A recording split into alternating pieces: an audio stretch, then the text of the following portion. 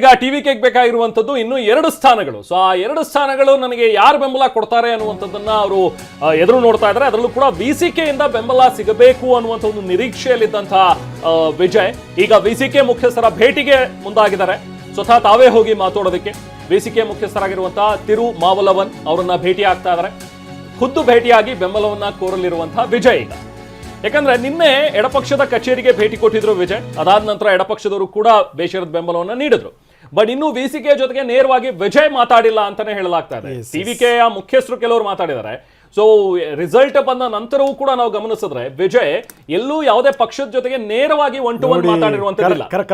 ಅವರವರ ಮುಖ್ಯಸ್ಥರುಗಳು ಮಾತಾಡ್ತಾ ಇದ್ದಾರೆ. ಇಲ್ಲಿ ಏನಾಗ್ಬಿಟ್ಟಿತ್ತು ಅಂತಂದ್ರೆ ಈ ಹೀರೋ ಹೀರೋಯಿನಲ್ಲಿ ಇರ್ತಾರಲ್ಲ, ಅವ್ರಿಗೆ ಅದೊಂದು ಭ್ರಮೆ ಇರುತ್ತೆ ಯಾವಾಗ್ಲೂ. ಅದು ಎಲ್ರಿಗೂ ಕೂಡ ಈ ವಿಪರೀತ ಪೀಕಿ ಹೋಗಿರ್ತಾರೆ ನೋಡಿ, ಅಲ್ಲಿ ಅದೊಂದು ಮನೋಭಾವನೆ ಇರುತ್ತೆ.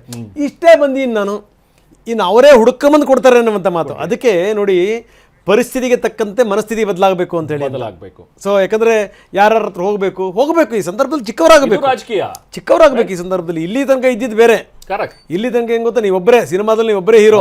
ಇಲ್ಲ ಹಂಗಲ್ಲ. ಇಲ್ಲಿ ಎಲ್ಲರೂ ಅವರವರ ದೃಷ್ಟಿನಲ್ಲಿ ಎಲ್ಲರೂ ಕೂಡ ಹೀರೋಗಳೇ.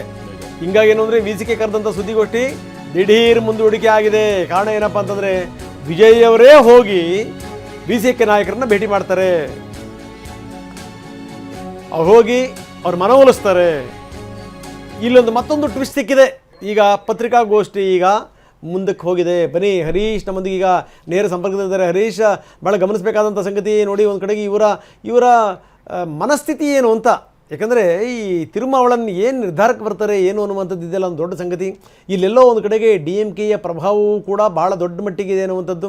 ಇಲ್ಲಿ ತನಕ ವಿಜಯ್ ಅಂದ್ಕೊಂಡಿದ್ರು ಎಲ್ಲವೂ ಜಾರಿ ರೊಟ್ಟಿ ನನ್ನ ಬಾಯಿಗೆ ಬೀಳುತ್ತೆ ಅಂತ. ಇಲ್ಲ, ಹಂಗಲ್ಲ. ಈಗ ಸಣ್ಣ ಸಣ್ಣ ಪಾರ್ಟಿಯವರ ಹತ್ರನೂ ಹೋಗಬೇಕು, ಸಣ್ಣ ಪಾರ್ಟಿಯವರ ಕಾಲನ್ನೂ ಕೂಡ ಹಿಡಿಬೇಕು ಅಂತ ಸ್ಥಿತಿ. ಅದಕ್ಕೆ ನಾನು ಹೇಳ್ತಾ ಇದ್ದೆ, ಪರಿಸ್ಥಿತಿಗೆ ತಕ್ಕಂಗೆ ಮನಸ್ಥಿತಿ ಬದಲಾಯಿಸ್ಕೋಬೇಕು ಅನ್ನುವಂಥದ್ದು. ಈಗ ವಿಜಯ್ ಶತಪ್ರಯತ್ನವನ್ನು ಮಾಡ್ತಾ ಇದ್ದಾರೆ ಅನ್ನುವಂಥ ಮಾತುಗಳು. ಏನಂತೀರಿ?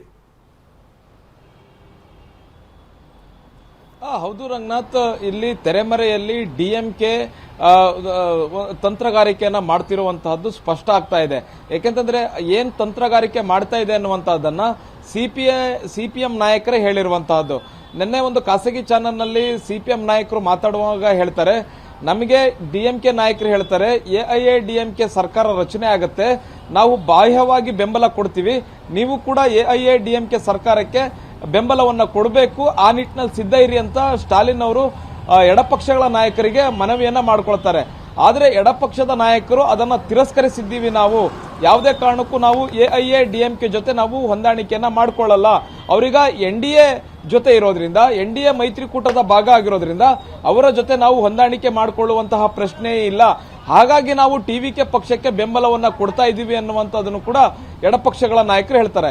ಹಾಗಾದಾಗ ಒಂದು ಸ್ಪಷ್ಟ ಆಗುತ್ತೆ, ಏನು DMK ಪಕ್ಷ ಈಗಲೂ ಕೂಡ ಸರ್ಕಾರ ರಚನೆ ಮಾಡಲಿಕ್ಕೆ ಪ್ರಯತ್ನವನ್ನ ಮಾಡ್ತಿದೆ. ಹಾಗಾಗಿ AIADMK ಶಾಸಕರು ರೆಸಾರ್ಟ್ ನಲ್ಲಿ ಇರುವಂತಹದ್ದು, ಪುದುಚೇರಿಯ ರೆಸಾರ್ಟ್ ನಲ್ಲಿ ಈಗಲೂ ಕೂಡ AIADMK ಸದಸ್ಯರಿದ್ದಾರೆ. ಅವ್ರನ್ನ ಸೇಫ್ ಮಾಡಿದ್ರೆ DMK ಶಾಸಕರನ್ನು ಕೂಡ ಹೇಳಿದರೆ ನೀವು ಚೆನ್ನೈಯನ್ನ ಬಿಟ್ಟು ಕದಲಬಾರದು ಅಂತ. ಆದ್ರೀಗ ಅವರಿಗೆ ಸಮಸ್ಯೆ ಆಗಿರ್ತಕ್ಕಂಥದ್ದು ಎಡಪಕ್ಷಗಳ ನಾಯಕರ ನಿರ್ಧಾರದಿಂದ. ಎಡಪಕ್ಷಗಳ ನಾಯಕರು ನಿರ್ಧಾರ ಮಾಡಿರುವಂತಹದ್ದು TVKಗೆ ಬೆಂಬಲ ಕೊಡ್ತೀವಿ ಅನ್ನುವಂತ ನಿರ್ಧಾರ ಮಾಡಿದ್ದಾರೆ. ಹಾಗಾಗಿಯೇ DMK ಹಾಗೂ AIADMK ಸದಸ್ಯರು ನಾಯಕರು ವಿಚಲಿತರಾಗಿದ್ದಾರೆ ಅಂತ. ಹೀಗಾಗಿ ವಿಸಿಕೆಯನ್ನ ಇಟ್ಕೊಂಡು DMK ಆಟ ಆಡ್ತಿದೆ, ವಿಸಿಕೆ ನಾಯಕರನ್ನ ಇಟ್ಕೊಂಡು DMK ಆಟ ಆಡ್ತಿದೆ ಅನ್ನುವಂತಹದ್ದು. ಈಡೇರಿಸಕ್ಕೆ ಆಗದೇ ಇರತಕ್ಕಂತ ಬೇಡಿಕೆಗಳನ್ನ ವಿಸಿಕೆ TVK ಮುಂದೆ ಇಡ್ತಾ ಇದೆ, ವಿಜಯ್ ಅವರ ಮುಂದೆ ಇಡ್ತಿದೆ. ಪರಂಬೂರು ಕ್ಷೇತ್ರ ಬೇಕು, ಜೊತೆಗೆ DCM ಹುದ್ದೆ ಬೇಕು, ಜೊತೆಗೆ ಇನ್ನೊಂದು ಮಂತ್ರಿ ಸ್ಥಾನವೂ ಬೇಕು. ಹೀಗೆ ಈ ತರದ ಬೇಡಿಕೆಗಳನ್ನ ಈಗ ವಿಸಿಕೆ ಇಡ್ತಾ ಇದೆ. ಎಲ್ಲವೂ ಅಂದುಕೊಂಡಂತೆ ಆಗಿದ್ರೆ ಇವತ್ತು 10 ಗಂಟೆಗೆ ವಿಸಿಕೆ ಸುದ್ದಿಗೋಷ್ಠಿಯನ್ನ ಮಾಡಬೇಕಾಗಿತ್ತು. ವಿಸಿಕೆ ನಾಯಕರು ಹೇಳಿದ್ರು ಇವತ್ತು 10 ಗಂಟೆಗೆ ಸುದ್ದಿಗೋಷ್ಠಿಯನ್ನ ಮಾಡಿ ನಾವು ನಮ್ಮ ನಿರ್ಧಾರ ಏನು ಅನ್ನುವಂಥದ್ದು ತಿಳಿಸ್ತೀವಿ ಅಂತ. ಆದ್ರೆ ಇತ್ತೀಚೆಗೆ ಬಂದಿರೋ ಮಾಹಿತಿ ಪ್ರಕಾರ ವಿಜಯ್ ಅವರೇ ನೇರವಾಗಿ ವಿಸಿಕೆ ನಾಯಕರನ್ನ ಭೇಟಿ ಮಾಡಲಿಕ್ಕೆ ತೆರಳ್ತಾ ಇದ್ದಾರೆ. ವಿಸಿಕೆ ಕಚೇರಿಗೆ ತೆರಳಿ ಅಲ್ಲಿ ತೋಳ್ ತಿರುಮಾವಳನ್ನವರನ್ನೇ ಭೇಟಿ ಆಗ್ತಾರೆ. ಭೇಟಿ ಮಾಡಿ ನಮಗೆ ಬೆಂಬಲ ಕೊಡಿ ಅನ್ನುವಂತ ನಿಟ್ಟಿನಲ್ಲಿ ಮನವಿಯನ್ನ ಮಾಡ್ಕೊಳ್ತಾರೆ ಅಂತ. ಈಗ ವಿಜಯ್ ಅವರೇ ವಿಸಿಕೆ ಪಕ್ಷದ ಕಚೇರಿಗೆ ಹೋದಂತಹ ಸಂದರ್ಭದಲ್ಲಿ ಆಗ ಒಪ್ಕೊಳ್ಳುವಂತಹ ಸಾಧ್ಯತೆ ಇದೆ.